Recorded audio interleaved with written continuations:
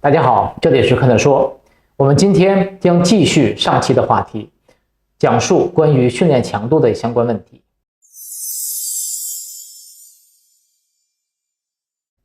在上期，我介绍了3种功能系统，给肌肉在运动中提供 ATP 能量，它们分别是磷酸原、糖酵解和有氧氧化功能系统。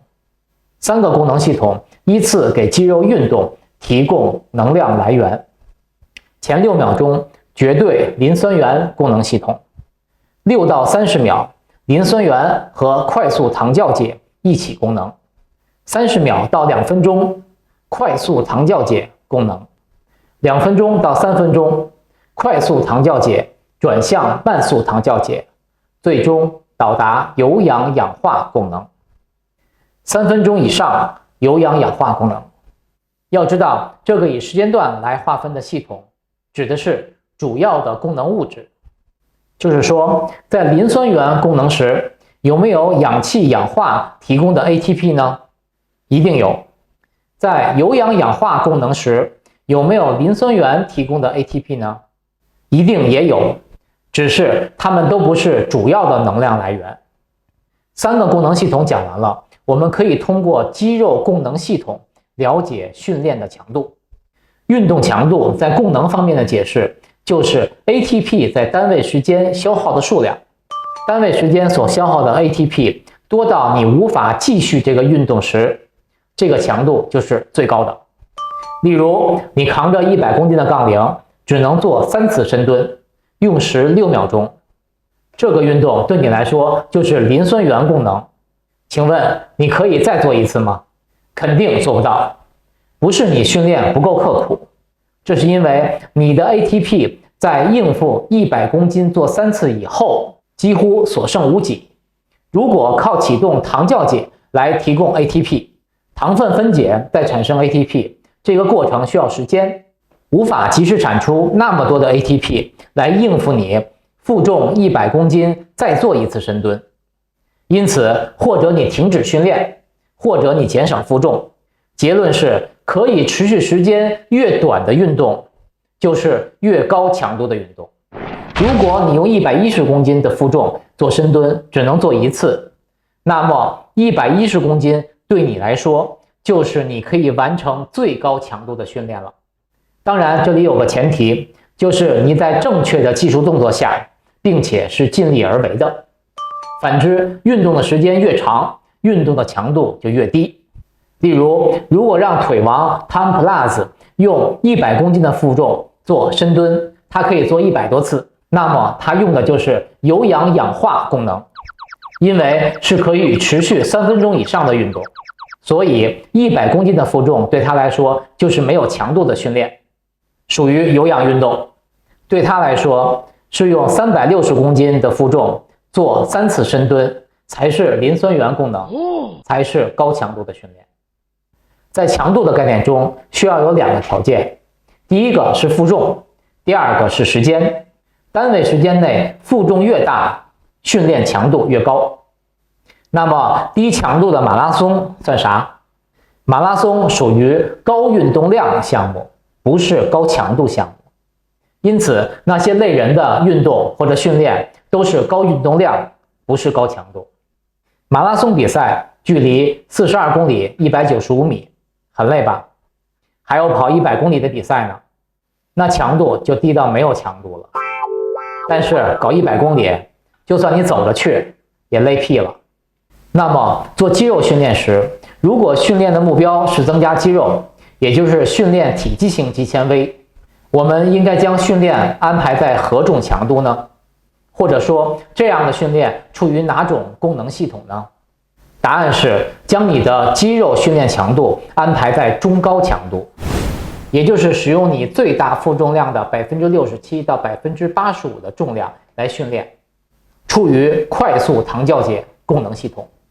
那么每组的训练时间安排在30秒到2分钟之内，短于30秒的训练是属于磷酸原和快速糖酵解功能的阶段。这个阶段的训练目标是提升肌肉的爆发力和绝对力量，也就是训练了肌肉力量型肌纤维。训练长于2分钟，功能系统趋向于慢速糖酵解，并且向有氧氧化这个方向发展。因此，训练的效果就变成了提升肌肉耐力型肌纤维。因此，一组训练时间安排在30秒至2分钟，才是提升肌肉体积型肌纤维的训练时间。好，我们来总结一下这2期的话题。训练强度是安排训练的时候一个非常重要的元素。我曾经在训练原则那期视频中特别介绍过超负荷原则，也就是想提升训练效果，增加训练强度才是最有效的手段，而不能依靠增加训练时间和训练量。我们不但要知道不同的训练目标要安排不同的训练强度，并且我们还要知道其中的原因。训练强度和肌肉在运动时所处在何种功能系统息息相关。ATP 也就是三磷酸腺苷提供肌肉在运动时的能量来源，但是 ATP 的储存有限，因此会有3个不同的提供 ATP 的系统来支持肌肉的运动。第一个系统，磷酸源功能系统，这个功能系统提供的是肌肉自身储存的 ATP， 因此磷酸源功能系统提供 ATP， 它的特点是快速，但是不能持久，大概6秒钟，肌肉中的 ATP 就会下降到储存量的 60% 以下。如果肌肉需要继续运动，第2个功能系统糖酵解功能系统就会出来为肌肉继续运动提供 ATP。糖酵解功能系统通过分解体内的糖分生成 ATP， 它包括快速糖酵解和慢速糖酵解2个模式。它的特点是提供 ATP 的数量多于磷酸源功能系统，但是提供 ATP 的速度慢于磷酸源功能系统。当糖分分解得到的 ATP 不能满足肌肉继续运动时，第3个功能系统有氧氧化功能系统继续为肌肉提供 ATP。 有氧氧化系统使用氧气、糖分、脂肪和蛋白质一起合成 ATP， 它的特点是产生 ATP 的数量是3个功能系统里边最多的，但是速度是3个功能系统里边最慢的。我们可以通过这个表格了解到不同功能系统对于 ATP 的产生的速度和数量是有差别的。可见肌肉的功能系统是根据运动持续的时间长短来划分的，单位时间内肌肉使用的 ATP 越多，运动可以持续的时间就越短，所以运动的强度就越高。单位时间内 ATP 使用的越少，运动的时间就可以越长，当然运动的强度也就变低。但是运动强度低的运动是大运动量的运动。训练目标是提高肌肉爆发力和绝对力量，应该将运动安排在磷酸源功能系统阶段。训练目标为提高肌肉体积型肌纤维，应该将训练安排在快速糖酵解功能阶段。训练目标为提高肌肉耐力，应该将训练安排在慢速糖酵解以及有氧氧化功能阶段。希望我给大家讲明白了这些知识，也希望大家通过掌握这类的专业知识，能更加清晰和有目标性地安排自己的训练。谢谢大家的观看，我们下次再见。